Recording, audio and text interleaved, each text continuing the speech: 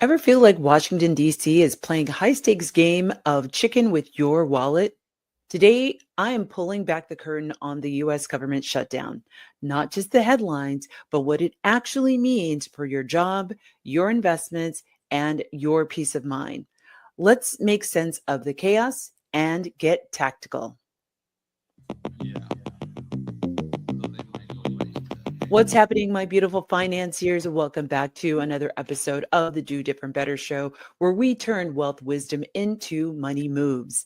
I'm your host, Elaine Rasmussen, founder and CEO of Social Impact Now and Connective Institute, and your guide to today's urgent topic, the U.S. government shutdown. By the end, you'll understand what the shutdown is, why shutdowns even happen, the events leading up to the current lapse, who's impacted and how. And I'm going to get you the concrete steps to help you personally, but also civically.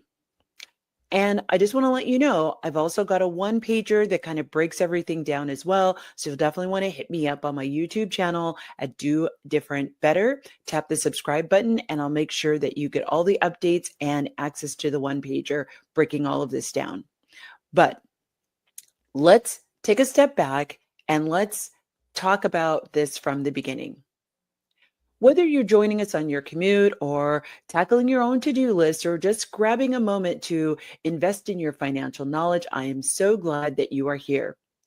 Like I said, today we're diving into a topic that's probably lurking in your news feeds, even maybe sparking a little or maybe a lot of anxiety, and that's the US government shutdown.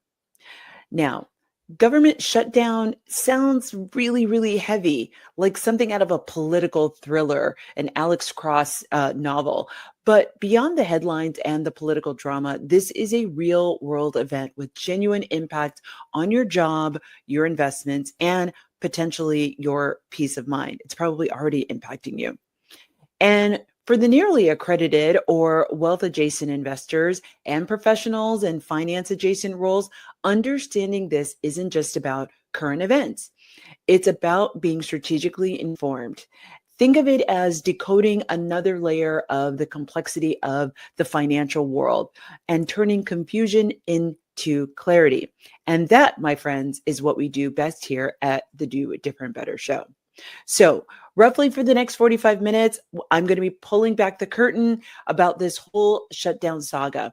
I'm going to break down exactly what a government shutdown is and not just the jargon, but actual the practical mechanics of it and give you a little bit of context because believe it or not, this isn't our first rodeo. This has happened before. You may be too young or maybe too old to remember that we've gone through these before. This isn't the first time around. But I'm going to talk about the why maybe there are some good things to this, but also what the bad things are and how they actually impact your wallet at the grocery store, but also thinking about the growth of your personal company, as well as maybe your employer and understanding how all of that works. But it won't be all doom and gloom, I promise. So just stick with me all the way till the end, okay? But the most important thing is that I'm going to talk about the real actual impacts on individuals like you and me, as well as some of the different industries and the broader US economy and how it maybe impacts us internationally. So with all of that, I know it's a lot, but hang on tight. I'm going to take you through this ride. It's going to be a little bit bumpy, but I promise you it's really going to give you an opportunity to understand how this might impact you directly on the ground and how you might want to think about leveraging this information to plan not only around this shutdown, but also being prepared for the next time it happens or putting things in place to prevent it impacting you in the future. So first, what is a government shutdown? I'm always going to give you the nitty and the gritty. So you've heard the phrase government shutdown. It's been bandied around. You probably have heard it on the news, your favorite late night shows, but let's be honest. For many of us, it sounds like a very precise policy decision and more like our internet going out right before a big meeting. It's frustrating, it's inconvenient, and just leaves you wondering with more questions and like, why me? Why now? So, what actually happens when Uncle Sam decides to hit the snooze button on everything? Simply put, a government shutdown occurs when Congress fails to do its primary job, budgeting. Yes, even the feds need to do a budget. And I think they dislike doing a budget probably as much as you do. More specifically, they don't pass the necessary funding legislation called appropriations. And this is the money that is designated for certain expenses and contracts. And all of this is in with mind of the upcoming fiscal year. The government's fiscal year starts on October 1st. And they usually, what happens is they can't agree on the spending by a deadline, and they can't even agree on a temporary patch up job, which is what's known as a continuing resolution, which just keeps funding things at an existing level for a short period of time. Then, poof, many parts of the government essentially run out of money. Think of it as like when you have 10 bucks in the bank account, but you've got 3 more days until payday.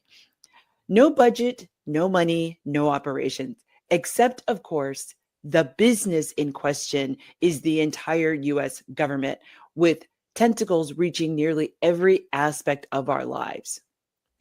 When this happens, which is what they call non essential government operations, screech to a halt.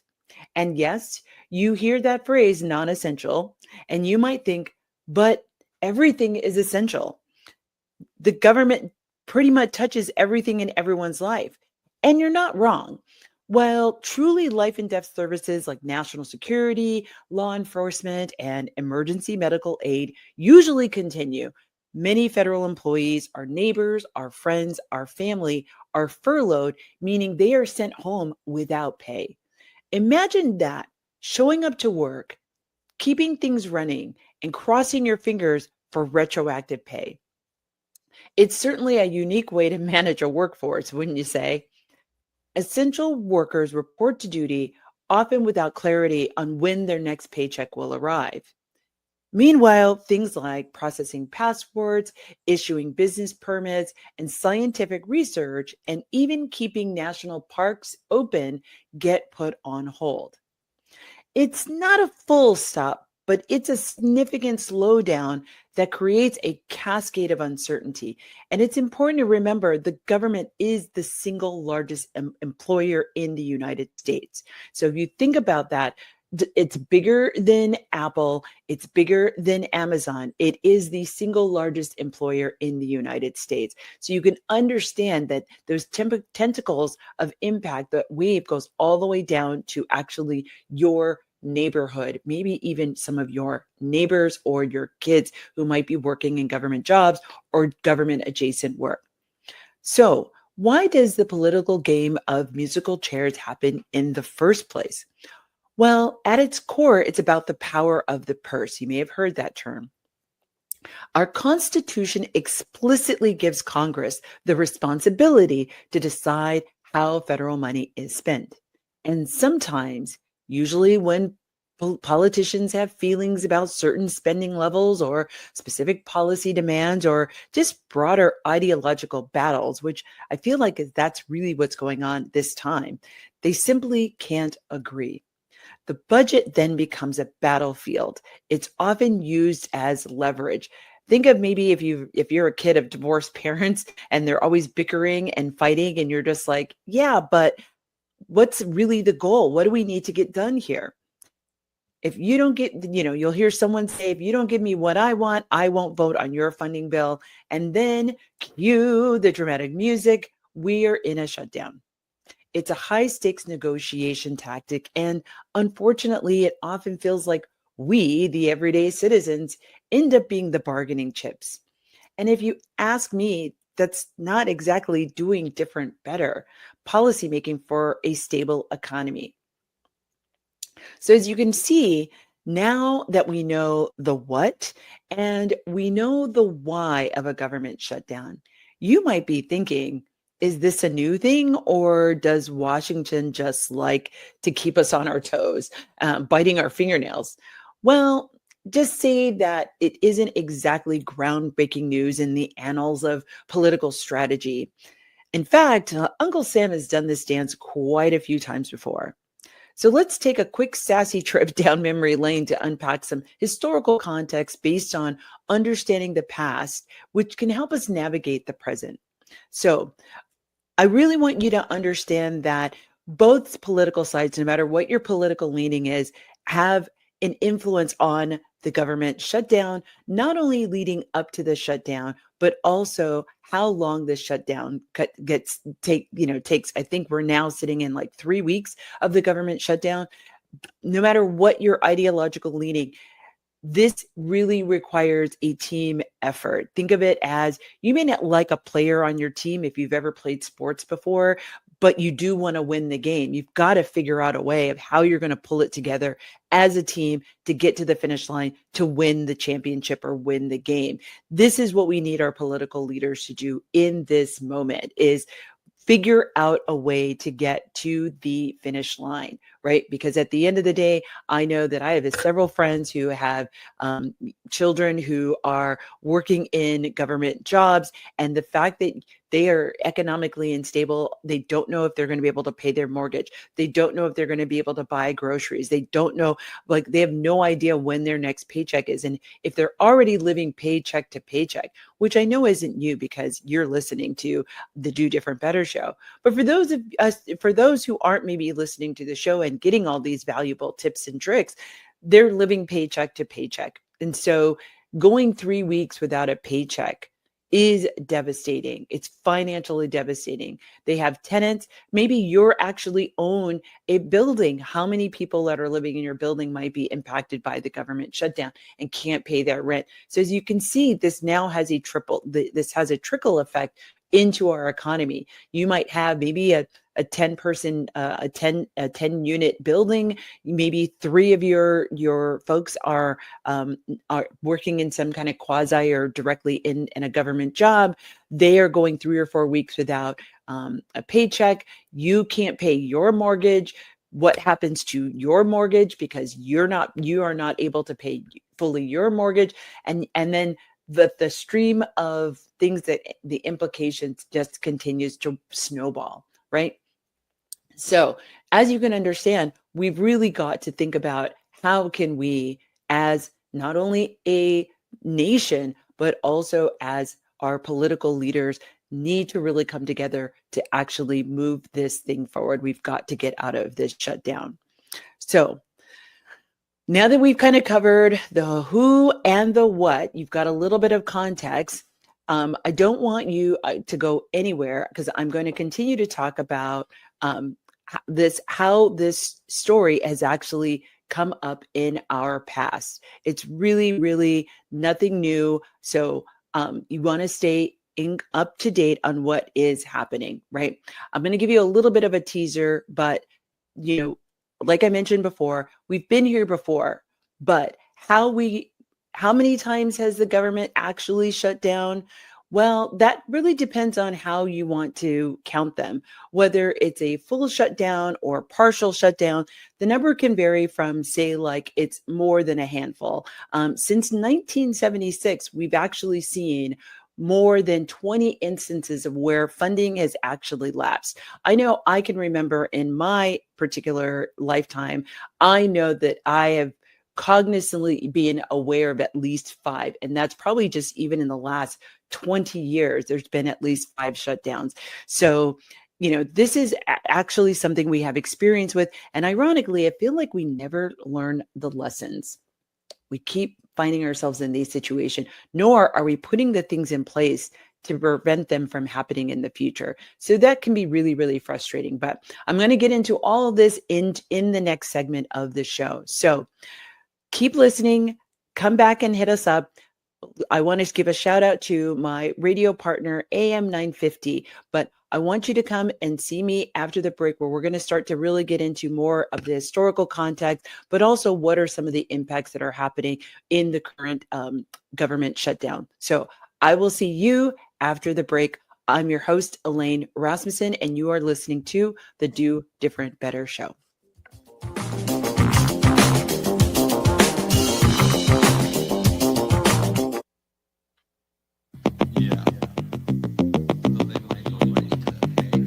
Welcome back, everybody. You're listening to the Do Different Better show. I'm your host, Elaine Rasmussen.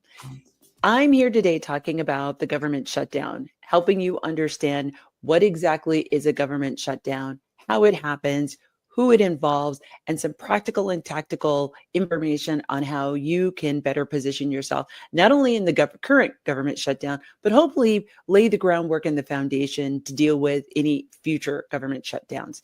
So, right before the break, I talked to you about when was the last time we've had these government shutdowns, or that the fact that we've had them before. And going back to 1976, we've had over 20 full or partial government shutdowns. I've actually, from this my own memory, in the last 20 years, can like name off 5 that I know that we've been a part of. And I think the last one was actually in like the last 5 to 10 years. So it's nothing new, unfortunately. You would think we've learned our lesson, and it seems like we haven't. However, the modern era is of the significant and impact shutdowns really kicked off after 1980, when a legal interpretation completely changed, preventing agencies from spending any money without specific appropriations. And so, just to remind you what an appropriation is, it's basically a line item in the larger budget, right? It outlines specifically whether it is a contract that is going to go to a particular entity or agency, and or the overall spending for a particular agency, and their spending for all the things that they need to do. Those are called appropriations.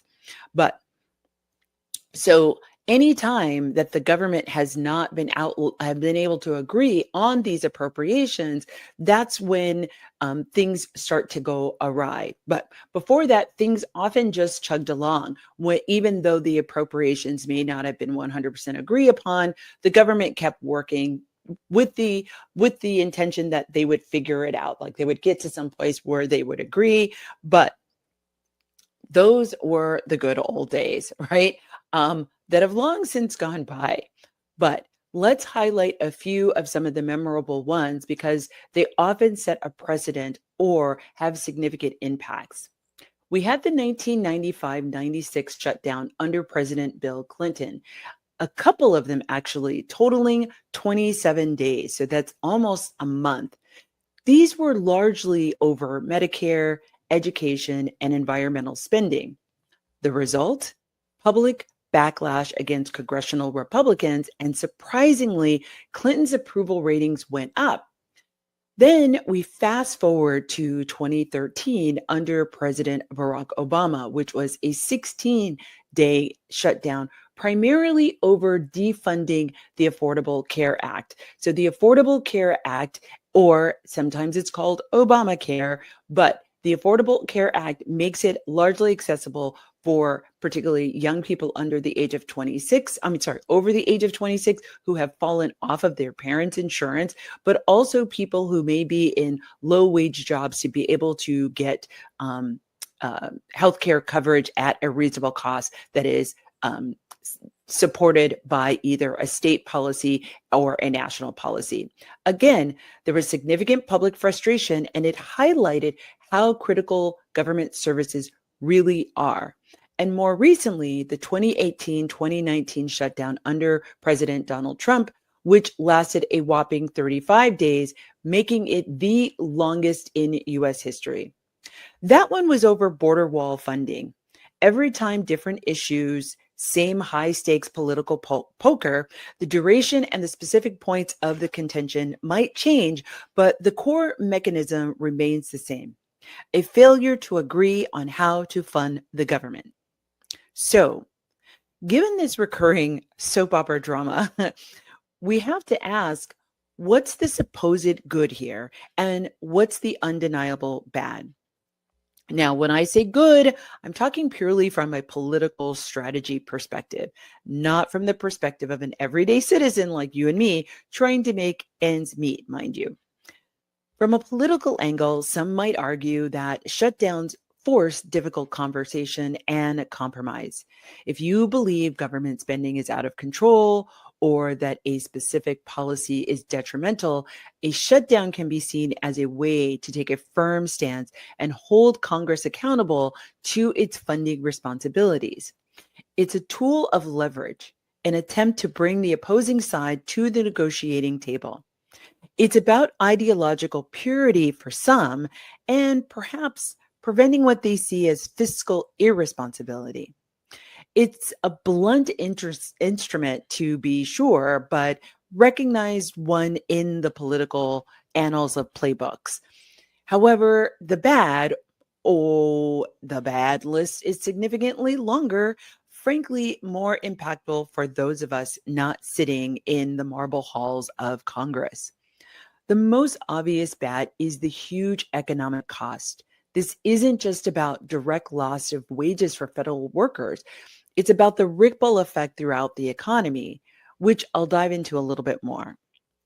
There's also the disruption of critical government services. Even if essential personnel are working, the processing of applications, permits, and quite frankly, small business loans and routine but vital functions grind to an absolute halt.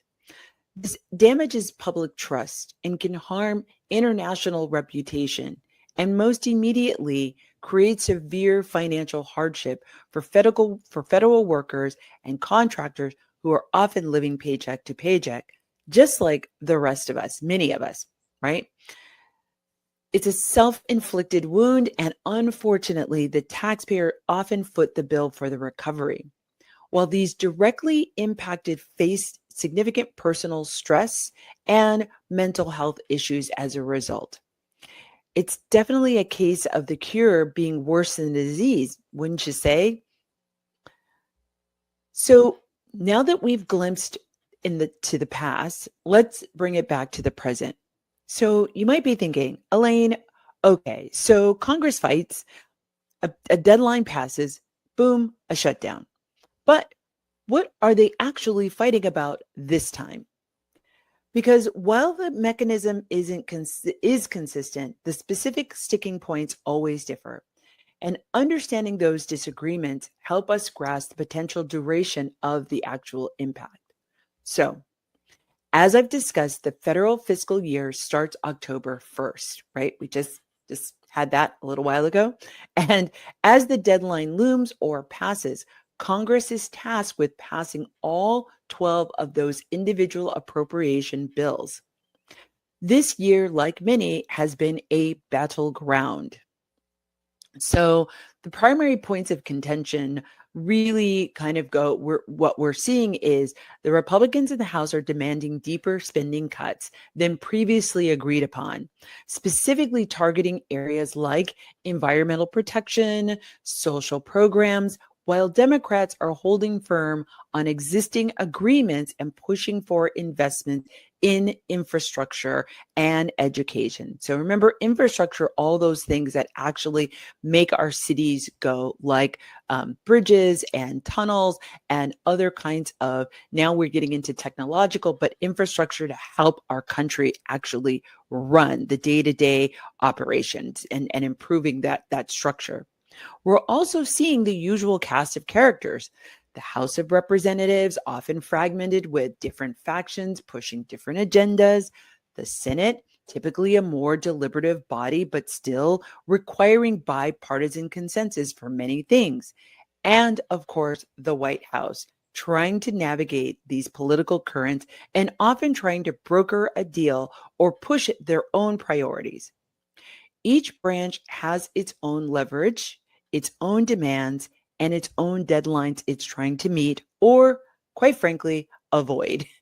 And when those priorities clash, as they often do, the funding process grinds to a halt. It's less like a graceful dance and more like a political wrestling match. Think WWE or AMA, with the political people in the audience, wondering when the referee will blow the whistle, if at all. And unfortunately, that whistle often comes after we've already taken a number of hits to our wallets. So that's a little bit more about what's happening in this particular shutdown right now that's happening, that we are experiencing. It is significantly painful. I will tell you, it's impacting me directly. I am in the middle of a business deal. I am leveraging SBA financing for that deal. And I may be when you're looking to do a deal, oftentimes the deal has a timeline in which the deal needs to close. And if the deal doesn't close, everything about that you've negotiated up until that point is null and void. Well, because of the shutdown and I was leveraging SBA financing for this acquisition, I might have to the last 2 months of negotiation might actually go down the toilet because I'm coming up against the deadline of when we're supposed to have negotiated all the terms, including the financing. So again, not only is all of the people that are involved in this deal might go away, but I was really looking forward to purchasing this business so that I could actually create more jobs through a very tactical expansion plan. But I can't do any of that because of the shutdown. Well, I will say this, it's very, very much impacted if I'm not able to get my SBA financing done in time for this particular deal before that time on our agreement has expired. So as you can see, it's even directly impacting me. So I'm very anxious for the government to get back up and going. I'm also going to be traveling. If you've been traveling, you've been seeing the lines have been very, very long at TSA because even though TSA is still running and operating, they might have reduce the amount of people working, right? Because of the shutdown, or people are just not showing up to work because they cannot afford to go to work and hope and pray that they're going to get paid or when they're going to get paid. They might be doing alternative gigs like DoorDash, maybe Lyft, other things where they know they can get paid right away so that they can support their families. So, that was a lot. Let's take a deep breath. I know it's a lot, but I'm going to give you some practical and tactical things that you actually can do to help with navigating all of this. So that's a wrap for wrapping up on what, the why, and when the government shutdowns. I hope I've given you a really clear view that this isn't a new phenomenon, but the impacts are always acutely felt on the ground in our everyday pocketbooks. But before we move on to the nitty-gritty, I'm going to talk about how this actually affects you, but I need you to do me a favor. If you're finding this breakdown super, super helpful, please make sure that you like and subscribe at Do Different Better on YouTube or your favorite social media, wherever you get podcasts. It helps us reach more savvy listeners just like you. And if you want to see our visual concept, definitely check out our Instagram. You can DM me and I will be happy to send you a one-pager on this or many of the other episodes that I've talked about where I'm really breaking down real financial implications of this particular shutdown. So stay tuned and I will see you after the break where I show you how to do different better.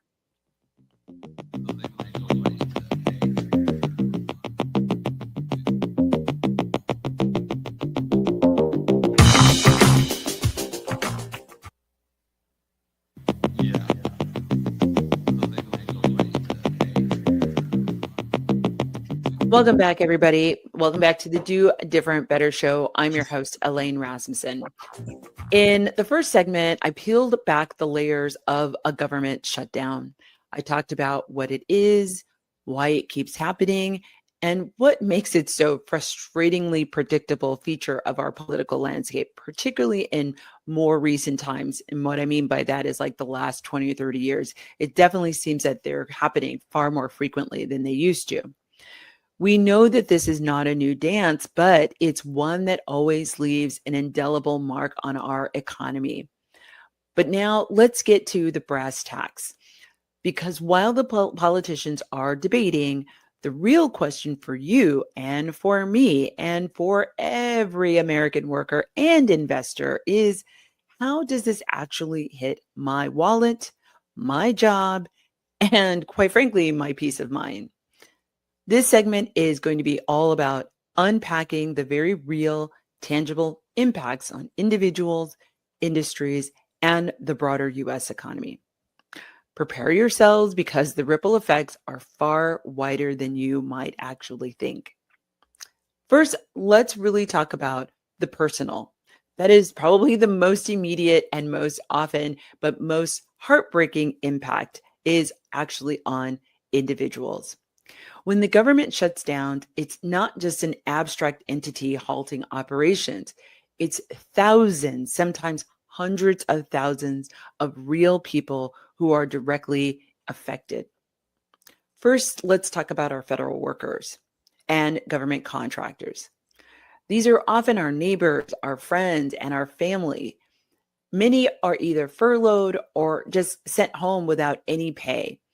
And if they're deemed essential, they're working without pay, at least initially. Imagine showing up for your job every day, doing some critical work, but your paycheck is in limbo. Rent, mortgage payments, childcare costs, groceries, those bills don't go into limbo. You are still expected to pay. I know I've got a friend of mine. She was telling me that even if her child is sick, she still has to pay for that day of daycare. So just imagine you're at home taking care of your kid, but because you've already signed a contract with this childcare center, you're obligated to pay them, even though your kid's not in there, right? That to me is crazy. But think about this. All of those folks are still arriving on time to their job, regardless of Washington's gridlock. This creates an immense sense of financial strain, psychological stress, and forces many to dump into their savings, if they have any, take out loans, maybe payday loans, detrimental loans, or even pick up side jobs. It's a completely unfair position to put dedicated public servants in, and quite frankly, it's unacceptable. You wouldn't accept this in your job. You wouldn't just show up to your job and say, "Oh, it's okay for me to work and not get paid." That, my friends, is called volunteering. That's a different choice. But beyond the direct federal employees, think about those who actually rely on government services. And trust me, that's more of us than you actually imagine. You may not even know that you are being serviced or indirectly by government staff, right? Until you actually step in to an office and you're like, "Oh, wait a minute, what? I can't get what I need," right? If you're trying to get a passport process for an international trip that's coming up, that's a lot of people in business. I'm actually about to go to overseas in about another week or so. And fortunately, I already had my passport. But if this is my first time, I may not be able to get there because there's there's not enough people working in the passport office to be able to get my passport done in time. But if you're trying to get a passport, you can expect significant delays. And there are already delays before that. I was getting a passport for my son, and it was taking 2 or 3 months to get a passport. So just imagine that waiting time might be even longer. Maybe you're thinking about buying a home and applying for FHA or a VA loan. Those processes can grind to a halt. Small businesses hoping to secure an SBA loan. I told you about my situation earlier in the show. Those are also going to be delayed. Students needing verification for financial aid. Yes, that too is also going to be impacted. Even something as seemingly basic as getting customer service for Social Security or veteran benefits can experience severe and significant slowdowns. Though checks for existing beneficiaries usually to continue to go out, thank goodness for small favors, but for new applications or resolving issues, expect a longer wait. Many national parks and museums have closed, impacting not just vacation plans, people who have already spent that money and made plans to go to these national parks, which, by the way, are very, very popular, but also the local economies that rely on the tourism of those national parks. The anxiety isn't just for those directly affected. For the rest of us, there's a broader impact on our personal finances. A prolonged shutdown can lead to a general increase in anxiety about the economy, which can cause consumers to tighten their belts, reduce discretionary spending, and postpone big purchases. That, in turn, can create a broader economic slowdown that can eventually impact your job security, even if you don't work for the government, or affect your investment returns. It's that ripple effect that we're always talking about. proving that everything is truly interconnected in this financial ecosystem. So, individuals face a very direct and personal pinch. But let's zoom out a bit because when one of the world's largest employers, the US government, hits pause, it doesn't just affect its workers. It sends shockwaves through the entire sectors of our economy. Industries that rely heavily on government contracts, permits, or consumer confidence always feel the squeeze. And that, my friends, often impacts your investments and the companies you work for. So now let's talk about economic fallout. If you thought the individual impacts were tough, let's talk about the domino effect on industries. Because when the government sputters, entire sectors feel the crunch. And this is where it starts to directly impact our investment portfolios and the broader job market. And when I say investment portfolios, this includes your IRA, this includes your 401k, it includes your Roth IRA. So first consider massive defense and government contractors. These companies, often publicly traded, rely on federal contracts for a significant portion of their revenue. A shutdown means delays in new contract awards, extensions on existing projects, and sometimes even delayed payments, even more so than usual. And the government is already a slow payer. If you're working with the government on a contract, you're talking about 90 to possibly 180 days of getting paid in the first place. Then you put a government shutdown on top of that. Your payments might be delayed, which could impact your ability to pay your employees who have already worked and are waiting for their paycheck. So this has the impact of leading to reduced revenue, potential layoffs in the private sector, and a hit to their stock prices, which then impact if you're an employee and you have stock in the company, once again, you're getting another hit, right? Not exactly a bull signal for investors and in that space, is it? Then there's the travel and tourism industry. I mentioned national parks closing, but imagine the small businesses, hotels, restaurants, tour operators in those gateway towns that rely on that tourist traffic. They lose revenue overnight. While air traffic controllers usually deemed essential, prolonged uncertainty can also impact travel confidence, leading to fewer flights and lower occupancy rates for airlines and hotels. If you have holdings in these sectors, this is where you actually really need to pay attention. The housing and real estate market also takes a hit. Remember those FHA and VA loans? Delays in processing mean delays in closing deals, impacting buyers and sellers and real estate agents and mortgage brokers. It can inject uncertainty in an already sensitive market, potentially slowing down sales and even impacting home values in some areas. For those considering property investments, this is certainly a factor to watch. And let's not forget small businesses. They are often the backbone of our communities, and many rely on government services like SBA loans for growth, permits, certifications to operate. Delays here can stifle expansion. Also, there's been a long time effort to get more government contracting to small businesses. So a government shutdown, if they do have contracts, I know I sit on the board of an organization where 40% of our revenue comes from the government, comes from actually the post office. So again, we employ 300 people. The shutdown actually has a direct economic impact as well as individual impact right here in our community. These kinds of delays in payment can stifle the expansion, delay crucial funding, and force difficult decisions. Beyond that, when federal workers are furloughed or working without pay, the reduced spending filters down to local shops, restaurants, and service providers. That's less revenue for Main Street businesses, which can create a slow burn of economic pain, especially if you already have a small divested in community. It's a cruel irony that political battles can hurt the very entrepreneurs we rely on for our local economy vitality.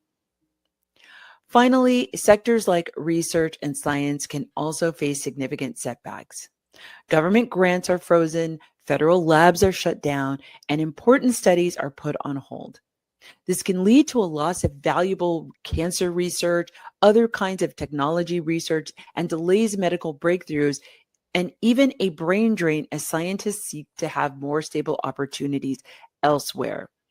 Is a long-term cost that often goes unquantified in the immediate political debate, but has profound implications for our future and our future innovation. So, from individual paychecks to entire industry, the impacts are 100% clear. But how does it all add up, Elaine? What does it mean for the grand scoreboard, the US economy? Because ultimately, these micro disruptions really coalesce into a macroeconomic headache that can affect everyone from the average consumer to the largest institutional investors. So let's crunch some numbers and see the bigger picture. The financial forecast isn't always sunny, but I'm going to try to show you how to find some kind of financial umbrella. So, there are things that you can think about doing and understanding the bigger picture of the economy. So I've talked to you about the individuals, I've talked to you about the industry. Now I want to talk about these small cuts, how they add up to the larger wound of the overall economy. Economists widely agree that government shutdowns are simply bad for business, and that's just full stop. The first and most direct impact is the actual GDP, or gross domestic product. And if you're not familiar with gross domestic product, that basically is all the output across United States for across every industry. It's everything in totality that we make as a country, and that is analyzed year over year. And there's a cumulative figure of what that number is every single year. And it's not a small number. It's about $11 billion. So as you can see, that is a really big number. Of if that number falls, what might that do to our place in the international place of national our international economics? So, as I promised, I am going to take you into the practical and tactical things that you can do. So, let's talk about building your personal financial fortress, because we can't control what the political theater in Washington is doing, but we absolutely can control our own financial resilience. And frankly, this situation is a potent reminder of why core financial principles and disciplines are not just a nice to have, but absolute necessities. So, here are your practical and tactical tips. First, I cannot stress enough. I know you probably sick and tired of me talking about this, but you need to have an emergency fund. This is your ultimate shutdown hedge. If you've been putting it off, consider this your urgent call to action. Aim for at least 3 to 6 months of essential living expenses tucked away in an easily accessible liquid savings account. For many of us, especially those in finance adjacent roles or various income levels, putting into a high yield savings account or certificate of deposit at a different bank than where we normally bank really helps with, like, I don't want to get to a bank that is easily accessible and I can go and get money out and tie those shoes and buy those shoes, whatever the case may be but put that money away someplace. Even have it draw out of your account automatically to a separate bank account. Many employers have that capability, being able to deposit your check into 2 different accounts, and you get to manage the amount that goes into each one of those accounts.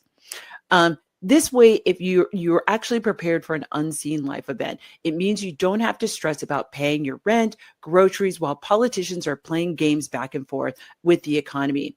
If you're a federal worker or contractor and you haven't built this up yet, please, please, please make this an absolute priority. Now, let's talk about budget review. So this whole thing started with talking about the government and their inability to come to an agreement on a budget. Take this opportunity to scrutinize your spending. Identify any non-essential expenditures, the nice to haves versus the need to have, like rent, like food, those kinds of things, maybe childcare. But is there ways that where you can trim the fat, even in the short term, to be able to support your long-term goals of making sure that you're able to sustain a future hardship? Really managing your debt, paying down some high debt, or negotiating different terms for the debt that you have is another good way for you to do that. And for all you savvy investors that You really understanding the hills and valleys of the market and making sure that you have a diversified portfolio to be able to withstand some of these headwinds. You definitely want to make sure your portfolio doesn't have a lot of investments in it that are reliant on government contracts. So that's another way to diversify your portfolio. I think, we've talked on the show about alternatives. There's a whole list of alternative types of investments. Some people use gold, some people do crypto. There's lots of other things that you can use to diversify that aren't necessarily reliant on the government, but are investments. So if you find yourself in a cash crunch, you can actually sell those assets to be able to help you weather the storms of any government shutdown, right? So those of you that are having you're putting together your personal financial battle plans, these are things that are directly in your control. They are designed to shield your personal finances from the storm. But here at Do Different Better, we also believe in holistic empowerment. And that includes understanding and leveraging your power as a citizen. Because while we can't unilaterally prevent a shutdown, our collective voices do carry weight in a democracy. It's time to talk about your civic responsibility and not just talk about it, but what can you actually do? Your civic responsibility is not just about complaining, but this is about talking to your members of Congress, calling them, emailing them, sending them letters, share your story of how the government shutdown has impacted you, and explain the specific gridlocks that are causing it and how it impacts you personally, your family, and your community. They track census contacts. It's somebody's job to track every single person who calls, writes, or emails. And especially if you're in their constituency, you're a voter and you want to lead with that. I'm a voter in your district. I'm a voter in your state, whatever the case may be is. But also definitely vote, vote, vote, vote, vote. We've got elections that are coming up. Maybe you have some special elections that are coming up. Make sure that you vote and make it clear about what you're voting for. And I'm really not a big fan of being a single issue voter because, well, you might be really, really gung-ho on one particular issue. There might be a couple of other issues that actually impact your wallet. So just making sure that you look at all of your political leaders that you're voting for across their whole entire record beyond the particular single issue, right? It's really, really important. And then if you still decide that that single issue is the most important to you and that you're willing to have the financial implications of the other decisions, great, more power to you. But knowledge is power, and you want to make sure that you do that. All right, my friends, we've covered a lot today. We've tackled the complexities of a government shutdown, understood the wide range impacts, and I've even given you some practical and tactical tools, not only in your personal finance foundational journey, but also civically, what you can do to actually participate and safeguard against a future shutdown, but also managing this one. So here's my challenge to you. Don't let the headlines leave you feeling helpless. Pick one thing from today's episode. Maybe it's checking your emergency fund balance, calling your senator or representative, but just do one thing so that you can be more prepared, more engaged, and ultimately more empowered. So if you like this episode, do me a favor, hit the like and subscribe button. Don't forget to connect with us on Instagram. Big shout out to AM950. Thank you so much. I can't wait to hear and see what you're doing and how you're managing. Let me know. Put something in the comments, and I will see you next time when I show you how to do different better. You got this.